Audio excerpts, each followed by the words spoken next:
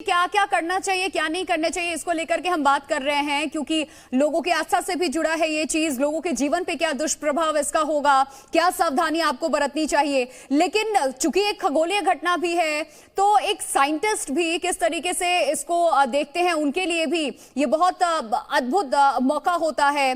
सृजनपाल सिंह, पूर्व वैज्ञानिक, हमारे साथ जुड़े हुए हैं। सृजनपाल जी, वैज्ञानिक दृष्टिकोण से मैं चाहूंगी आप जी न्यूज के दर्शकों को इस खगोलीय घटना के बारे में समझाएं। नमस्कार। जी न्यूज़ के सभी दर्शकों को दीपावली की हार्दिक शुभकामनाएं। और आज एक बहुत ही बड़ा खगोलीय इवेंट है, एक बहुत बड़ा अवसर है जो है सूर्य ग्रहण का, सोलर एक्लिप्स का।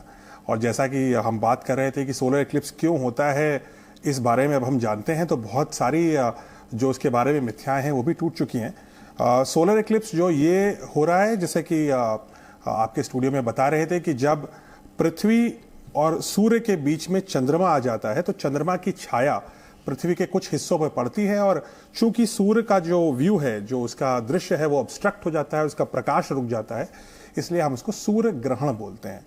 तो एक तरह की चंद्रमा की छाया हमारे ऊपर पड़ने वाली है, कुछ जगह पड़नी शुरू भी हो गई है। अब ये जो सोलर एक्लिप्स है, ये दो तरह के होते हैं। मेनली होते तो कई तरह के हैं, लेकिन दो मुख्य प्रकार हैं।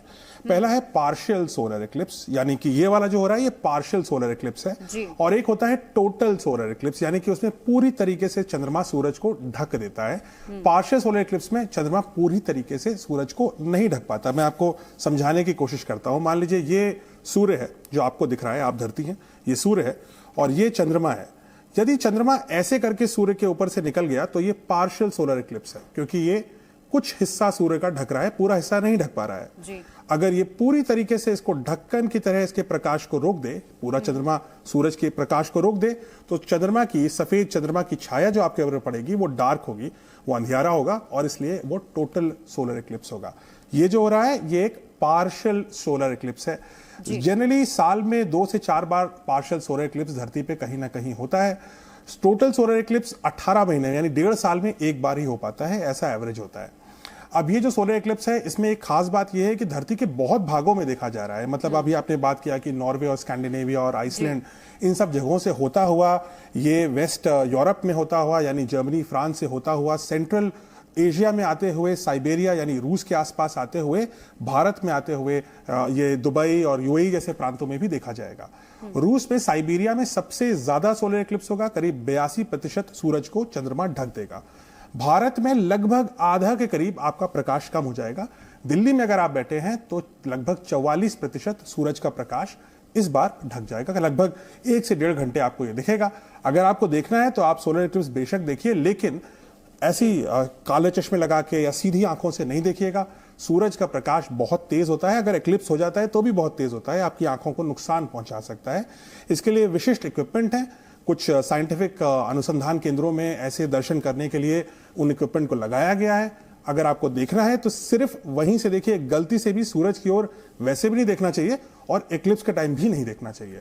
तो इस चीज का ध्यान दीजिएगा। जी जी, देखिए हमारे साथ डॉक्टर रमेश चंद्र कपूर, वैज्ञानिक, जुड़ चुके हैं डीआरडीओ के। बहुत स्वागत सर आपका जी न्यूज पे। और रमेश चंद्र जी, आपसे भी मैं चाहूंगी कि आप दर्शकों को समझाएं, क्योंकि अभी जिस तरीके से हम चर्चा भी कर रहे थे कि कुछ एक महीने में इस तरीके के सूर्य ग्रहण हमें देखने को मिलते हैं जो आंशिक रूप से होते हैं। पूरी तरीके से ये ग्रहण नहीं लग रहा है, पूरी तरीके से जो सूर्य है वो नहीं ढक रहा है, उसका प्रकाश रहेगा लेकिन कम रहेगा।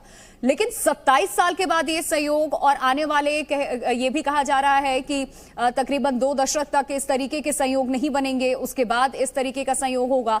तो आप लोग इस चीज को किस तरीके से देखते हैं सर? अंतरिक्ष में क्या कुछ इस वक्त बदलाव होता है और उसका क्या असर पड़ता है पृथ्वी पर भी? साइंटिफिक भी आप समझाइए जरा, उस नजरिए से भी दर्शकों को। देखिए, ग्रहण किस प्रकार से होता है, ये एक कुदरती घटना है, ये समझा दी गई है। मैं इसमें इतना ही कहना चाहता हूं कि हर 6 महीने में ग्रहण की स्थिति बनती है, और जैसे कि बताया गया कि 1.5 साल में पूर्ण सूर्य ग्रहण की स्थिति बन जाती है। और चूंकि ये सिर्फ चंद्रमा के पृथ्वी और सूर्य के बीच में आ जाने से होता है, तो एक बड़ी ही सरल घटना है। दूसरी बात यह है कि बहुत से लोग इससे जो है घबराते हैं, उसकी ज़रूरत नहीं है। और सबसे प्रमुख बात यह है कि पार्शियल एक्लिप्स को आप कोरी आंख से मत देखिए, दूरबीन से तो बिल्कुल भी नहीं।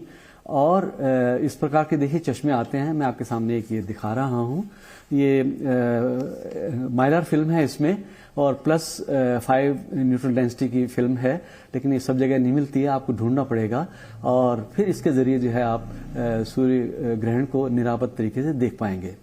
मुख्य रूप से जो है सूर्य ग्रहण कहीं भी होता है, जब तक वो करीब 85% से ज्यादा नहीं चंद्रमा सूर्य के आकार को ढक लेता, तब तक बहुत से लोगों को पता ही नहीं चलता कि सूर्य ग्रहण हो गया है। तो 85-90% होने के बाद जो है लोगों को महसूस होता है कि रोशनी काफी हद तक कम हो गई है, और उसके पहले तो जो है वो आम जो रूटीन लाइफ रहती है वो रहती है। जहां लोगों को पता है कि ग्रहण होने वाला है तो वो फिर वो इसका इंतजार करते हैं, या अपनी मान्यता के अनुसार या अपने सोच विचार के अनुसार जो है जो भी उनकी एक्शन है वो उनकी अपनी एक्शन है। लेकिन मैं ये कहना चाहता हूं कि ग्रहण जो है इतनी सरल घटना है, खगोलीय घटना है, इससे घबराने की, डरने की जरूरत नहीं है। कोई एक्स्ट्रा अल्ट्रावायलेट किरणें वहां से नहीं आती हैं, और ना ही आपका कोई रखा हुआ भोजन खराब होगा, ना ही सूर्य ग्रहण के कारण सूर्य की रोशनी से किसी गर्भवती के गर्भ को कोई नुकसान हो सकता है।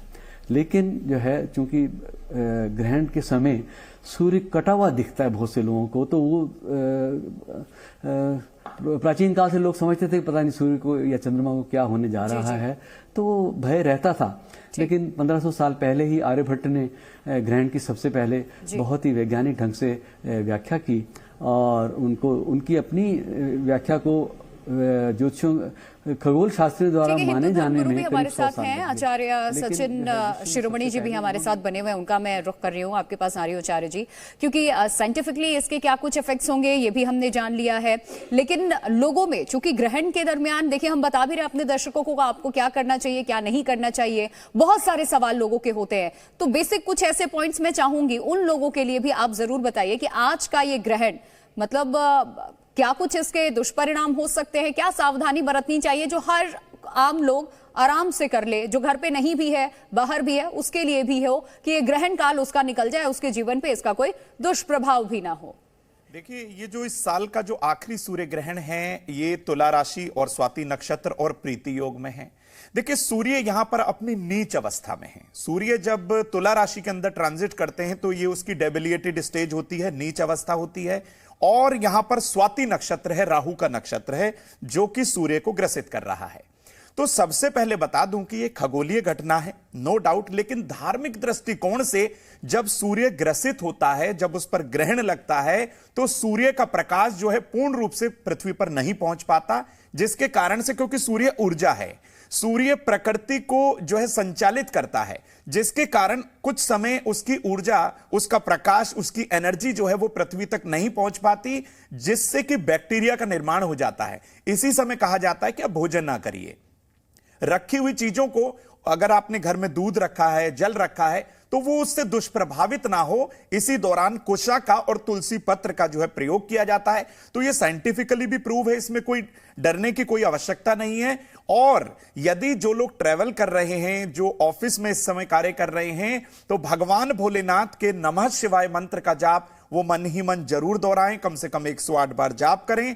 ये खगोलीय घटना है, ज्योतिषीय दृष्टिकोण से मैं आपको बता दूं कुछ राशियां भी इससे प्रभावित होंगी प्रीति, वो भी आगे हम चर्चा करेंगे, लेकिन इसका वृष राशि के लिए बहुत ही फायदेमंद साबित होने जा रहा है। वृष राशि, सिंह राशि, धनु राशि और मकर राशि, इन 4 राशि वालों के लिए ये हर तरीके से लाभदायक जरूर साबित होने जा रहा है। जी